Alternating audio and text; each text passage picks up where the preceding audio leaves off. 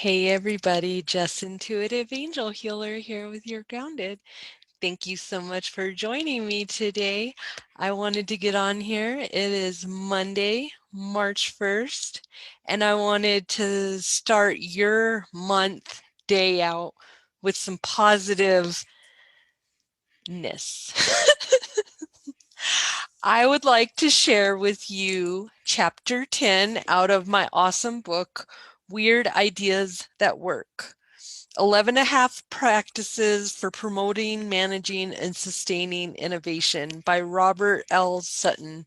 So chapter 10, and this is crazy because I opened it up on this, and this is the second time that I have opened it to this exact chapter, exact page, because Spirit is with me and my angels want me to know that no matter what chaos I go through and what chaos you go through, we're all going to make it through if we have positive mindset. So decide to do something that will probably fail, then convince yourself and everyone else that success is certain. Weird idea number 7. And here's some quotes. Most deviants end up on the scrap pile of failed mutations, not as heroes or organizational transformation. That's James March, and he's an organizational theorist. Trust yourself and speak out what you believe. If what you believe is different, dare to be different. Dare to be in a hurry to change things for the better. That's Jeffrey Ballard, founder of Ballard Power Systems and co-inventor of fuel cells for powering buses and automobiles. The self-fulfilling prophecy is, in the beginning, a false definition of the situation, evoking a new behavior which makes the originally false conception come true. The specious validity of the self-fulfilling prophecy perpetuates a reign of error, for the prophet will cite the actual course of events as proof that he was right from the very beginning. Such are the perversities of social logic. And that's Robert Merton, sociologist. And I just want to read this line real quick. One of the main reasons for rewarding both success and failure is that managers, analysts, and other so-called experts, like everyone else, are so bad at predicting which new ideas will succeed that sometimes the only practical thing to do is encourage people to keep trying. I am not saying, as Dilbert cartoons imply, that managers are dumber than their subordinates, although that is true at times. There are many companies where managers have detailed knowledge of the work they orchestrate, but there is little reason to believe that the managers or other authorities will make more accurate predictions than anyone else about which new ideas will succeed or which ones will fail. Some executives and experts acknowledge their inability to make accurate predictions. Nokia's CEO, Jorma Ollila, for example, reports that in 1992, his firm predicted mobile phone purchase would grow to 50 million by 2000. These purchases actually grew to 450 million.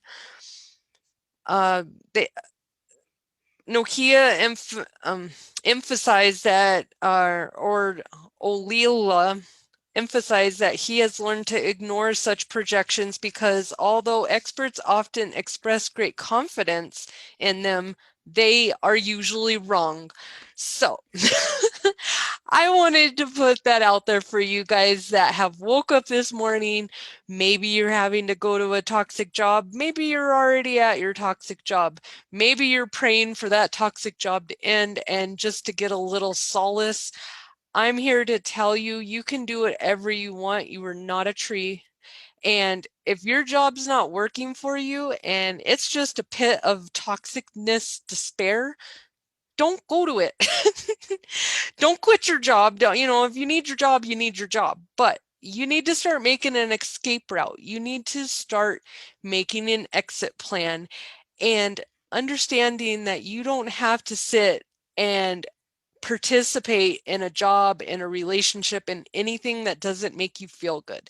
That doesn't mean you can get upset and throw a temper tantrum and quit your job because somebody made you mad that day. That's part of being an adult. We have to be responsible, but I have went to jobs, and if you are consistently going there being bullied, feeling like you would like to go jump off a bridge besides be at your work every day, that is toxic. If people are making you feel terrible and devaluing you, that is toxic. And you know what?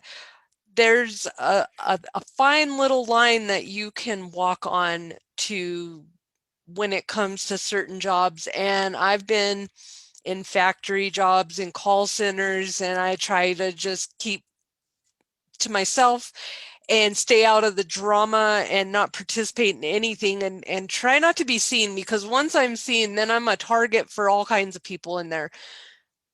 But I also didn't enjoy living like that, because I should be able to be seen by everybody and enjoy myself. And I should be able to whistle while I work and not go to work and have somebody else ruin my whole entire day because they don't like their job anymore, but yet they refuse to quit. I know a lot of you have to go to people with those kind of work environments, and I've been in all kinds of different ones. I've been in professional doctor's office, hospitals, medical field, sales, you name it, I've been in it. I started my life off in the work field with fast food, so you can't get much more toxic than fast food places. But you know what? If you have the desire to do better and to know that this is only a paycheck, and stop creating it, treating that like that is your career, that is your job.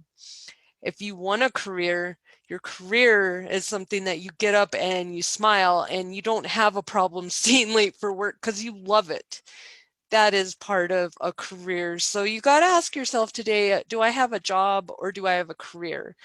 And do I want a career, or do I want to just stay with this job? Because some people are not ready to have a career, and it's okay. And maybe if we stop forcing people to say they have to have it figured out and have a career, I feel that maybe we would have a lot less people going to school for no reason and coming out with this humongous bill after you're done, and then not really getting a job because you went to college and your degree is in general studies now because you weren't really serious about getting a job, but you were pushed into it by maybe a narcissist family member or a toxic family member. Or maybe you were pushed into it by yourself because you're tired of everyone judging you for the lack of education. But I've found that I was a part of that, and now I'm not even using the degree that I went to school and I thought I needed to be accepted by everyone. But it's okay because I have invaluable knowledge that I could never have gotten if I didn't go to school. So find out what's right for you and know that learning happens every day. You don't have to have an institution to learn, and it doesn't make you any less of a person if you don't have a piece of paper that says you uh, graduated with scholars. My dad only went to middle school. He didn't even make it to high school. He dropped out by ninth grade. And that was the smartest man I've ever met. For someone who only had a middle school education, I tell you, he was an upholsterer, and the stuff that came out of him was genius. He just, unfortunately, he couldn't deal with stuff, so he drank. So that messed with his genius, because what's crazy is most of us are geniuses, and our emotions get the best of us, and other people get the best of us and make us feel not worthy. Somebody said something to us to make us not feel worthy. So that's genuine. usually why people don't start the journey, because they've already been beat down before they even start it. So why even start? That's how most people think. So if you're feeling anything that I'm saying today, I just want you to know that I love you, your angels love you, and we're not in 1952 anymore. And so that mentality of working your butt off for someone and retiring, maybe it's still there, but I have seen and viewed, not just for myself, but for other people out there, I've seen that that's kind of going away, and that working for someone for 20-year mentality is kind of not there. And it's okay, because I feel like a lot of us are working for ourselves just to stay out of the toxicness. And that was looked down on. That was a big stigma. If you're an entrepreneur, a lot of people that were born in that era think you're lazy, and they just think you couldn't find a job to do. And that's not true. I feel if you're an entrepreneur, you're just part of the sales, and you don't need a structured life to make your money, because you're smart enough to go make money every day in ingenious ways. And all you entrepreneurs out there know what I'm talking about, because I amaze myself over the years how I've started to analyze. I was doing sales for 10 years, and so I made up my income. If I wanted to make $3,000, I could. There was no glass ceiling on my income.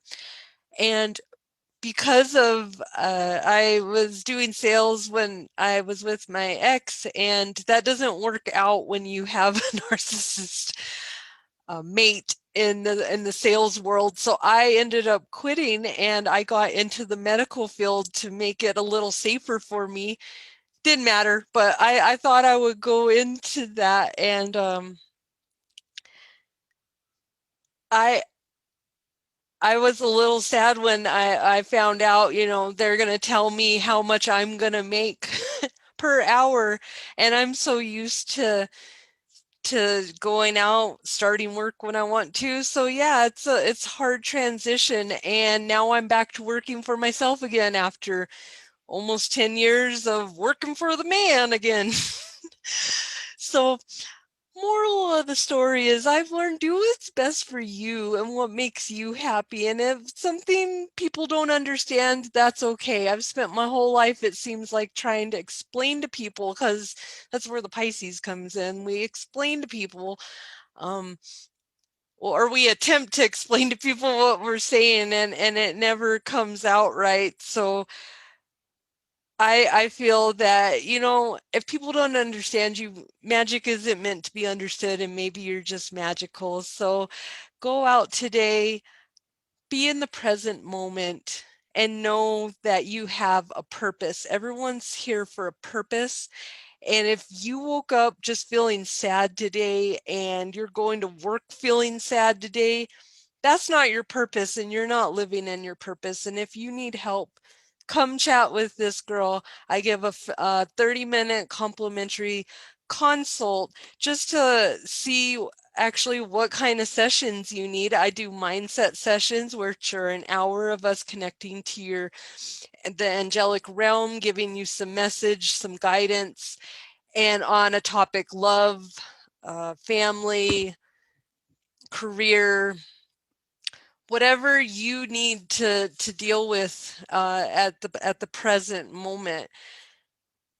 And then I also do my toxic relationship coaching, which is 6 weeks of me being your cheerleader and having a program that you go through that I email you, and we work together an hour each week on building back up your self-love and rebuilding your soul, so you can live in your purpose and you can stop living in this toxic world that you're in. So I hope that you all have a wonderful Monday. It is March 1st. What do you want to do for the next 10 months? Is it 10? We're in March. That is so crazy. I know it's coming around, and it's okay if we're in COVID.